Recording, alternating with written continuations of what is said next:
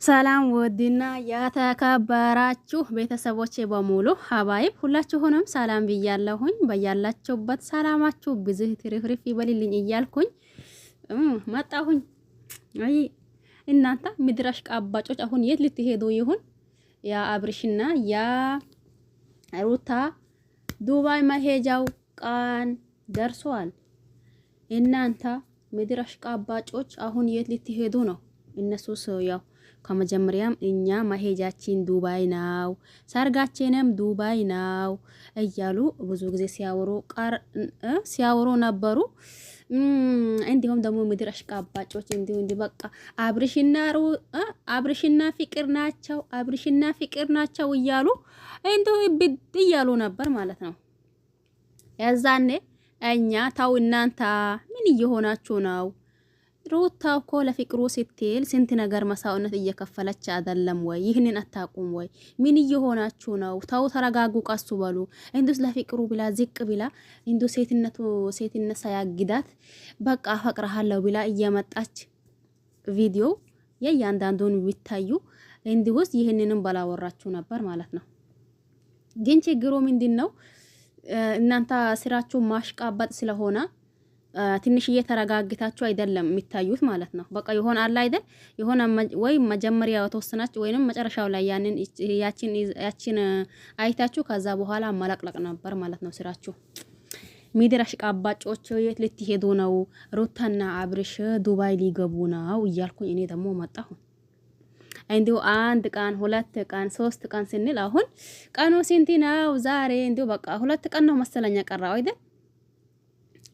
2 ቀን ባይሆን 3 ቀን 2 ቀን ነው የቀረው ማለት ነው። እሺ ዱባዮች ደግሞ እንዴት ነው ዝግጅታችሁ? ፋቢላችኋል ወይ? አይ እኔስ ደግሞ ምን አላ አይ አሜሪካ መሆኔ አይ ዱባይ ቢሆን ኖሮ እንዲሁ ማጥቼ ይሄንን ያክል ጎሬ ድርቅ እንዳላ አልቀረም ነበር ማለት ነው። ማጥቼ እንዲሁ ደስታ ተካፋይ ቢሆን እኔም ደስ ባላይ ነበር። ግን ምን ላድርግ? ያው እንደሚታቁት ያያለነበት ሀገራችን ርቀት እንዲሁ አይገናኝም ማለት ነው። ዱባይ ያላችሁት በዚህ ሰዓት እድለኛችሁ ናችሁ ማለት ዱባይ ያላችሁም ሁላችሁም ማለት ሳይሆን የሩታና የአብርሽ አድናቂዎች ማለት ነው። ምድር አሽቃባጮች እንደሆነ በቃ እነሱ ስራቸውን ማሽቃበጥ ስለሆነ እያሽቃበጡ ነው። እኛ ደግሞ ማሽናው ብለን ያኔ ቀኑን ስንጠባበቅ ነበር። ትላንት ደግሞ በሚገርም ሁኔታ ያው ፉስታኑም ታመርጧል።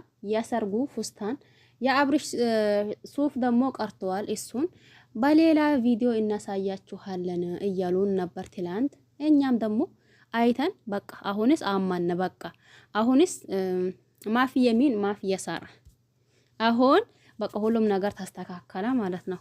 እኔ ደግሞ ያፈርኩኝ ለማን መሰላችሁ? ለዚህ ምድር አሽቃባጮች ናቸው። እንዲሁ ስንት ነገር የላሉት ነገር ነበር። አይ አሁን ተቆጥሮ አያልቅም።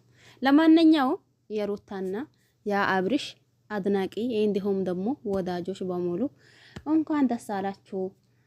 አሁን ያሰርጉ ቤሎ ወይም ደግሞ ፉስታን ከተገዛ በኋላ ምንም ንቅንቅ ስለሌለው በቃ እንኳን ደስ አላችሁ። እንዲሁም ደግሞ ዱባይ ያላችሁ ደግሞ የነሱ አድናቂ የሆናችሁ ምን ይላችኋለሁኝ? እንዲውስ ፋ እያላችሁ ጠብቋችሁ። እነሱም ደግሞ ፋ እያሉ ይመጣሉ።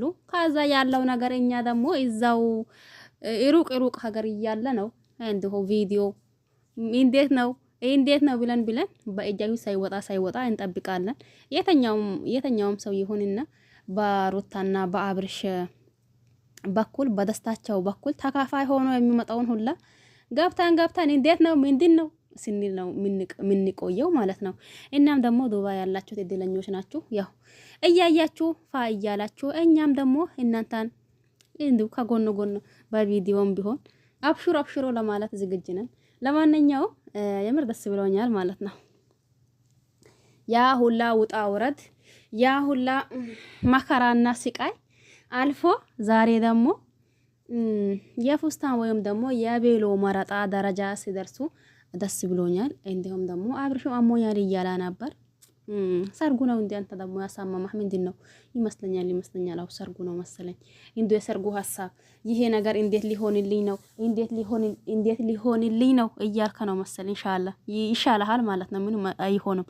እንዴ ሩታ አጠገብህ ካለት ቢያማህም ይሻልሃል። ችግር የለም። እሺ ለማንኛውም ሁላችሁንም አመሰግናለሁኝ። የምር ደስ ብሎኛል።